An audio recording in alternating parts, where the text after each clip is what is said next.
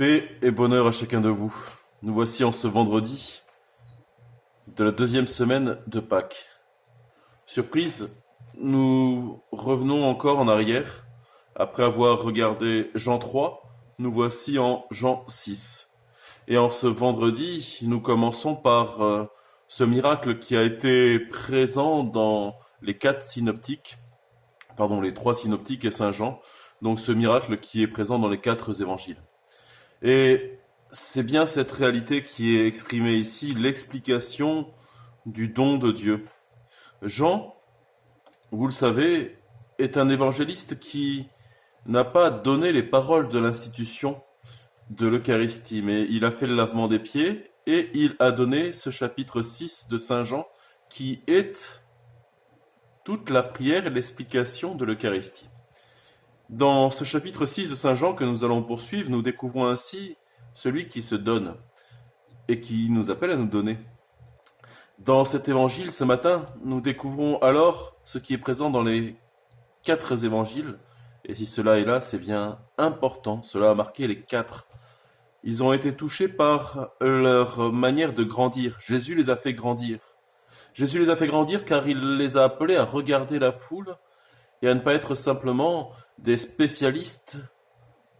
Oui, des spécialistes, comme Monsieur Philippe.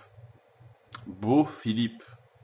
Tu es spécialiste, Philippe. Tu es capable de compter et de voir l'argent qu'il faut pour telle ou telle chose. Il en faut des Philippe dans notre Église, mais l'Église ne sera jamais Philippe. Simplement.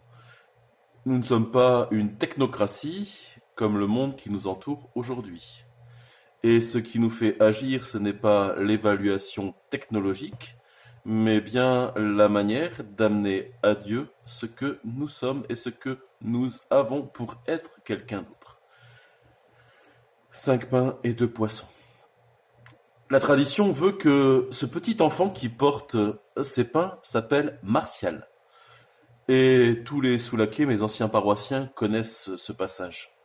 Et ils savent très bien que dans ce passage, nous découvrons ici celui qui viendra apporter la foi avec Véronique en terre de Gironde, traversant la Gironde à Mortagne-sur-Mer après être arrivé à Rome.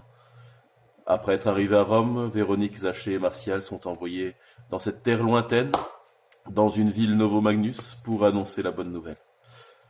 Parenthèse fermée, mais importante parce que, à la Révolution française, ce qui était tenu pour véridique et traditionnel sera décalé de 4 siècles parce que les technocrates de l'Église de l'époque voudront voir la preuve sur un papier et décaleront ainsi cette tradition qui était multiséculaire à ce seul concile d'Arles qui avait vu le griffonnage d'une signature d'un évêque de Bordeaux. Et à partir de cette Révolution française, ce qui était présent comme foi s'est transformé simplement en légende, dit-on. La légende est ce qu'il faut lire pour comprendre. Et le regard technocrate de notre monde est toujours dangereux. Jésus les appelle ainsi à porter un regard différent. Il les appelle à regarder la foule et à voir ses besoins, et non pas à la renvoyer. À regarder la foule et à être proche de cette foule. C'est bien ce que nous avons à vivre comme pasteurs, comme chrétiens, à regarder la foule, à en voir les besoins, mais à y faire quelque chose. C'est la différence, nous le savons bien, entre le héros et le anti-héros. Le héros analyse la chose et s'implique. Le anti-héros aboie en permanence sur la caravane qui passe, il analyse et il aboie. Nous ne sommes pas des hommes et des femmes qui aboyons sur la caravane qui passe, ou qui aboyons parce que nous sommes à terre et blessés. Nous sommes des hommes et des femmes qui louons Dieu parce qu'il a donné à chacun de nous dons et qualités, et nous les mettons en œuvre. Qui nous nourrissons chaque jour de cette Eucharistie, il en restait 12 paniers pour nourrir chacun de nous. Frères et sœurs, nourris de cette Eucharistie, nous le sommes même en confinement. Chacun de vous a un ange gardien qui vient porter votre offrande sur tous les autels de vos paroisses. Et vous avez les uns les autres à découvrir cette offrande de votre propre vie à la suite du Christ. Qu'est-ce que cela ? Qu'est-ce que cela, ces pauvres pains d'orge et ces poissons pour nourrir la foule, et pourtant cela la nourrit, parce qu'ils ont accepté de faire une chose, s'asseoir sur l'herbe verte. S'asseoir sur l'herbe verte, c'est écouter le berger. Le Seigneur est mon berger, il me conduit sur mon chemin, il me fait asseoir sur l'herbe verte, sur de verts pâturages. Frères et sœurs, ce chapitre 6 de Saint Jean est un des plus beaux dans la méditation qui est la présente, mais il a quelque chose à dire en ce jour à chacun de nous. Soyons attentifs à simplement dire ce dont nous avons besoin.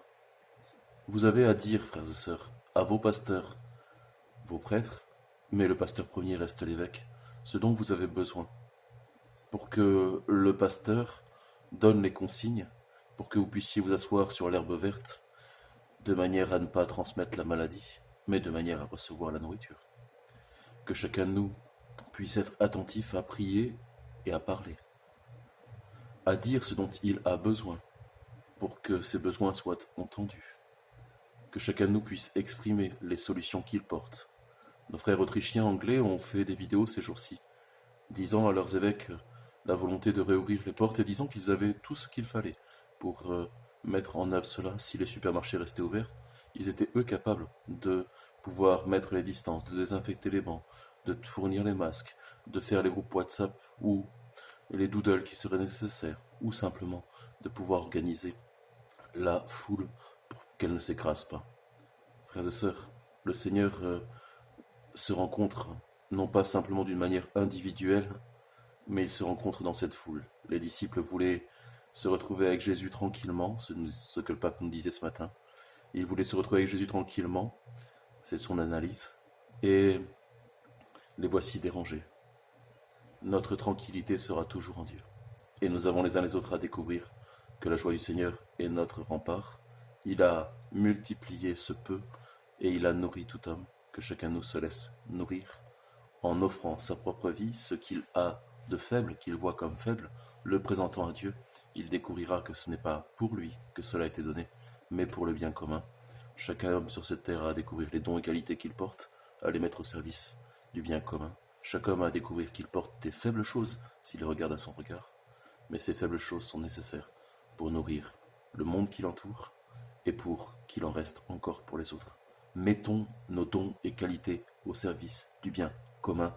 Cela sera notre bonheur et le bonheur de cette terre. Apprenons cela à ceux qui nous sont confiés et arrêtons par pitié d'être des technocrates à regarder les choses simplement sur des grilles philosophiques, sur des grilles psychologiques, sur des grilles de communication. Nous ne sommes pas des spécialistes en communication, nous ne sommes pas des spécialistes en rhétorique, nous sommes des hommes et des femmes qui avons rencontré le Seigneur et qui voulons que tout homme le rencontre pour qu'il puisse lui offrir ce qu'il a et porte et que cela porte du fruit. La joie du Seigneur est notre rempart.